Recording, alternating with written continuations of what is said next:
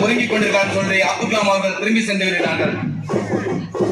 எழுந்தவுடன் சொல்கிறார்கள், ஏன் எழுப்பவில்லை என்று. என்னை தூங்கிக் கொண்டிருந்த அயர்ந்து அதனால் எழுப்பவில்லை என்று தாயார் சொல்லும் பொழுது,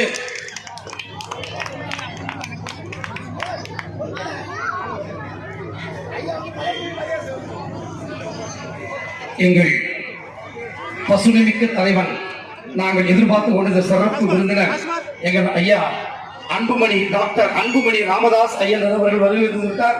தமிழ்நாடு சங்கம் அவரை வரவேற்று மகிழ்கிறது. உங்களுடைய கைத்தறலோடு பசுமை தந்த எங்கள் நாயகன், வீரமிக்க தமிழன், விவேகமிக்க தமிழன், எங்கள் தமிழ் தாய் ஈன்றெடுத்த அருந்தவ புதல்வன் எங்கள் டாக்டர் ராமதாஸ் ஐயா அவர்கள் ஈன்றெடுத்த அருந்தவ புதல்வன், நம்முடைய மத்திய முன்னாள் சுகாதார அமைச்சராக இருந்து பல்வேறு சாதனைகள் இந்த இந்திய தேசத்திற்கு அருந்தவ புதல்வனாய் தந்த அற்புத தலைவன், பாச தலைவன், வீர தலைவன், தமிழ் தலைவன். தமிழ் ஏற்கனவே சொல்லியிருக்கேன், நான் படித்த 4ஆம் வகுப்பு